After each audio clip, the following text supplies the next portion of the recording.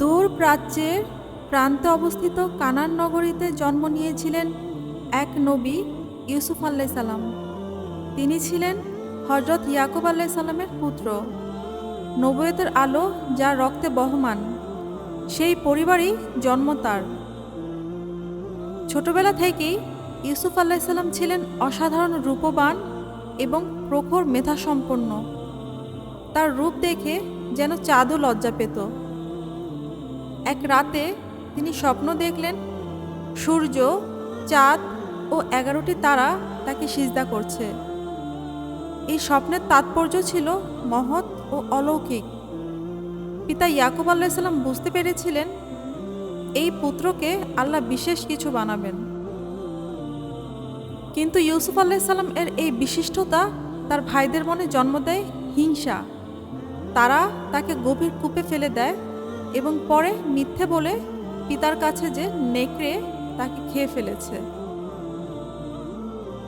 কিছুদিন পর এক কাফেলা কূপের পাশে এসে ইউসুফ আলাইহিস সালামকে পায়। তাকে কৃতদাস হিসেবে বিক্রি করে মিশরে। একদিন তাকে কিনে নেন মিশরের আজিজ, যার নাম ছিল পুতিফার।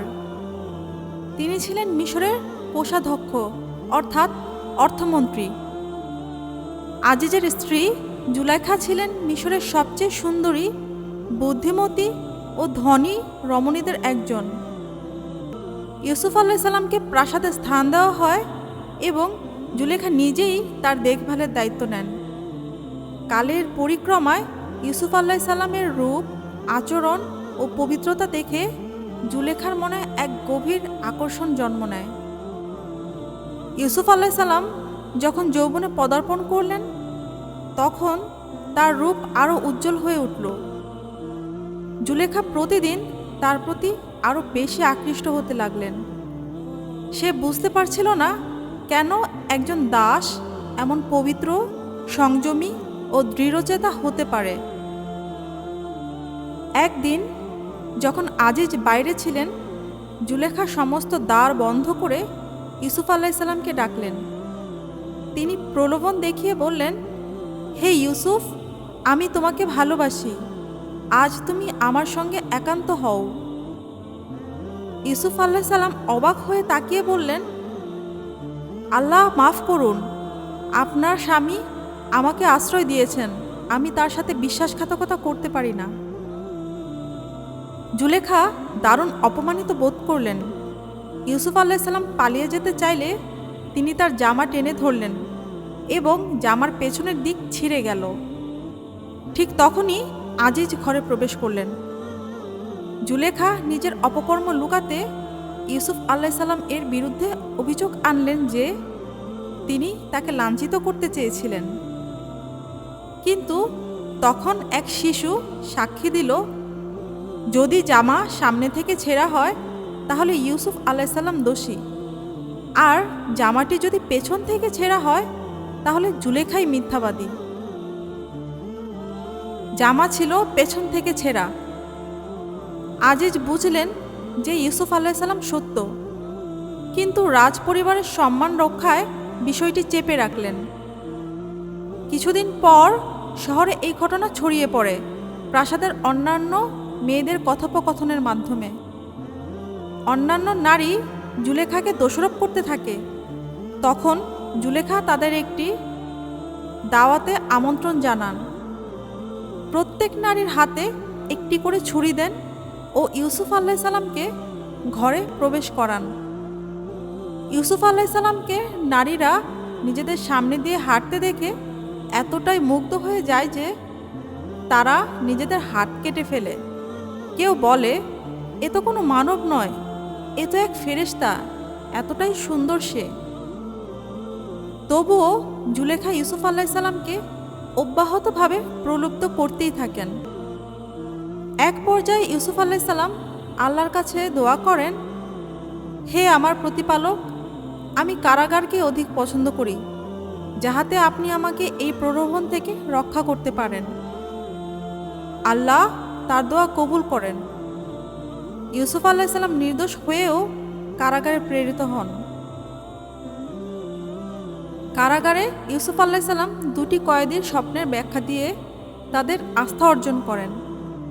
এক কয়েদি মুক্তি পায় এবং রাজপরিবারের খাদ্য পরিবেশনকারী হিসেবে নিযুক্ত হয়। ইউসুফ আলাইসাল্লাম তাকে বলেন যেন রাজাকে তার ব্যাপারে বলেন। বহু বছর পর রাজা অর্থাৎ ফেরাউন স্বপ্ন দেখেন 60টি মোটা গরু 60টি শুকনো গরুকে খেয়ে ফেলছে এবং 60টি সবুজ শস্য এবং 7টি শুকনো শস্য স্বপ্নে দেখলেন। কেউ এর সঠিক ব্যাখ্যা দিতে পারে না। তখন সেই কারাবন্দী ইউসুফ আলাইসাল্লামের কথা স্মরণ করে। ইউসুফ আলাইসাল্লামকে ডাকা হলে তিনি ব্যাখ্যা দেন, এ স্বপ্ন ভবিষ্যতের সংকেত। প্রথম 7 বছর ফসল প্রচুর হবে, তারপর 7 বছর দুর্ভিক্ষ হবে। রাজা এই ব্যাখ্যাটি শুনে মুগ্ধ হয়ে যান এবং তাকে মুক্তি দিতে চান।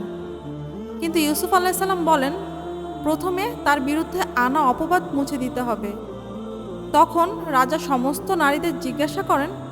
জুলেখা তখন স্বীকার করে যে আমি তাকে প্রলুব্ধ করেছিলাম। সে ছিল সত্যিকার পবিত্র মানুষ, তার মধ্যে কোনো কলুষতা ছিল না। ইউসুফ আলাইসাল্লাম নির্দোষ প্রমাণিত হয়ে প্রাসাদে ফিরে এবং মিশরের নতুন অর্থমন্ত্রী নিযুক্ত হন। সময় গড়াতে থাকে। জুলেখা তখন বার্ধক্যে পৌঁছান। তার সৌন্দর্য লুপ্ত হয়ে যায়, অথচ তার হৃদয় ইউসুফ আলাইসাল্লামের প্রতি ভালোবাসা আগের মতোই অটুট থাকে। একদিন ইউসুফ আলাইসাল্লামের সামনে এসে কাঁদতে থাকেন। তিনি বলেন, হে ইউসুফ, আমি আজ বুঝেছি যে তুমি আল্লাহর প্রিয় বান্দা।